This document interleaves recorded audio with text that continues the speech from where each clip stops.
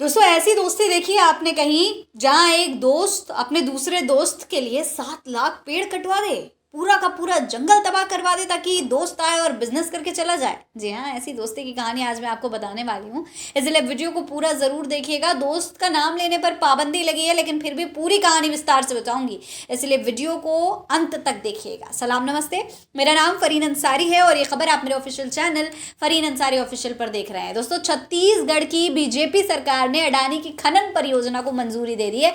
ये इस वक्त की सबसे बड़ी खबर है। पूरे सोशल मीडिया से लेकर छत्तीसगढ़ की जनता सिर्फ इसी पर चर्चा कर रही है, क्योंकि ये बहुत छोटी बात नहीं है। ये अनुमति ऑर्डर प्रधानमंत्री नरेंद्र मोदी के छत्तीसगढ़ दौरे के 3 दिन पहले यानी कि 25 नवंबर को दिया गया है। हसदेव के स्कूल ब्लॉक की मंजूरी से करीब 7 लाख पेड़ों की कटाई होगी। जी हाँ, इतना ही नहीं, छत्तीसगढ़ के धार्मिक और ऐतिहासिक स्थल रामगढ़ पहाड़ी भी ब्रांड के ढेर पर आ जाएगी। दोस्तों, हसदेव बचाओ आंदोलन के कार्यकर्ता अब कानूनी रास्ता तलाश रहे हैं, किस तरीके से हसदेव जंगल के इन पेड़ों को बचाया जाए, तबाह होने से बचाया जाए, उसकी प्लानिंग कर रहे हैं। कोर्ट का रास्ता भी तलाश रहे हैं कि किसी तरीके से इस जंगल को बचा लिया जाए। वहीं जो इन्वायरमेंट एक्टिविस्ट हैं, पर्यावरण कार्यकर्ता हैं, वो भी महाविनाश की शुरुआत बता रहे हैं इसको, और इसे बचाने की पूरी कोशिश कर रहे हैं। लेकिन हमारे जो प्रधानमंत्री हैं वो इसे बहुत बड़ा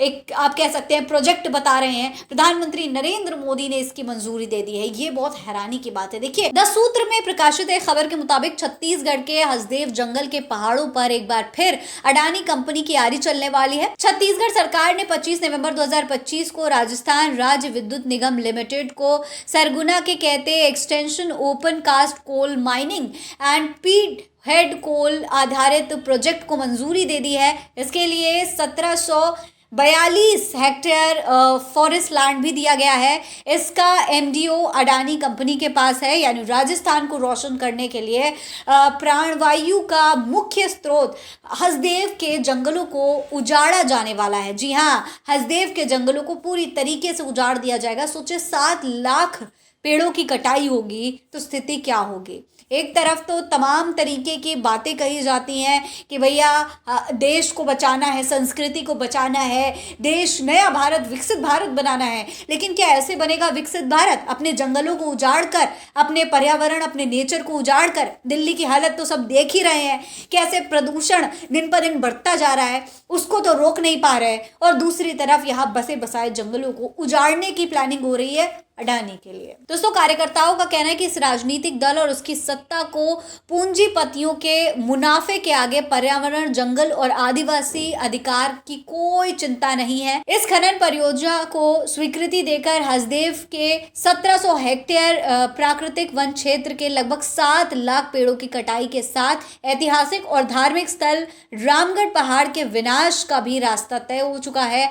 अगर कटाई होगी तो ये तमाम पहाड़ उजड़ जाएंगे, पूरा जंगल उजड़ जाएगा। उन्होंने ये भी कहा कि कांग्रेस सरकार ने इस खनन की स्वीकृति रोकी थी, लेकिन भाजपा सरकार आई और इसे जारी कर दिया। दोस्तों, कोल परियोजना से नुकसान भी बहुत बड़ा होने वाला है, इसको भी आप समझ लीजिए। अगर ये कोल परियोजना लागू होती है तो इससे कितना ज्यादा नुकसान होगा, सोच कर देखिए। इस परियोजना में 1742.600 हेक्टेयर जमीन है, जिसमें से 1742.155 हेक्टेयर वन भूमि और 0.445 हेक्टेयर राजस्व भूमि है। इस परियोजना की लागत 2344 करोड़ रुपए है। इस लेटर में लिखा हुआ है कि इस प्रोजेक्ट में 4,48,874 खड़े हुए पेड़ों को काट दिया जाएगा। लेकिन हसदेव बचाओ आंदोलन के लोग कह रहे हैं कि असल में काटे जाने वाले पेड़ों की संख्या 7 लाख से भी ज्यादा है।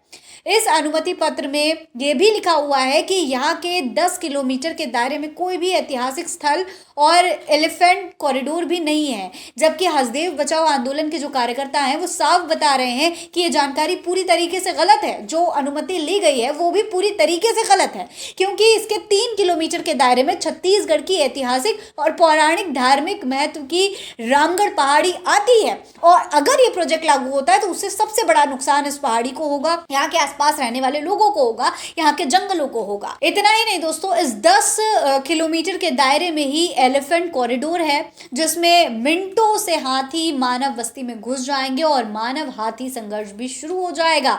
बहुत ज्यादा महाविनाश का खतरा बढ़ सकता है। पेड़ कटेंगे, हाथियों और जंगली जानवरों के बीच में एक अलग स्थिति पैदा हो जाएगी, एडजस्ट करना मुश्किल हो जाएगा, पहाड़ी के टूटने का संकट वो अलग है। और ये तमाम बातों को नजरअंदाज करते हुए अगर भारतीय जनता पार्टी की सरकार अडानी को ये प्रोजेक्ट करने की मंजूरी देती है तो ये बहुत बड़ा विनाश का कारण बन सकता है। इस पर विचार करने की जरूरत है। लेकिन सवाल ये है कि आखिर क्यों इतने सारे नुकसान को नजरअंदाज करके, आखिर क्यों अडानी को प्रधानमंत्री नरेंद्र मोदी के दौरे से कुछ समय पहले इतने बड़े प्रोजेक्ट की मंजूरी दी जा रही है? क्या सरकार के लिए जनता की जरूरतों से ज्यादा जरूरी अडानी का प्रोजेक्ट हो गया है? आपको क्या लगता है? अपनी राय कमेंट बॉक्स में लिखकर हमें जरूर बताइएगा। जय हिंद, जय भारत।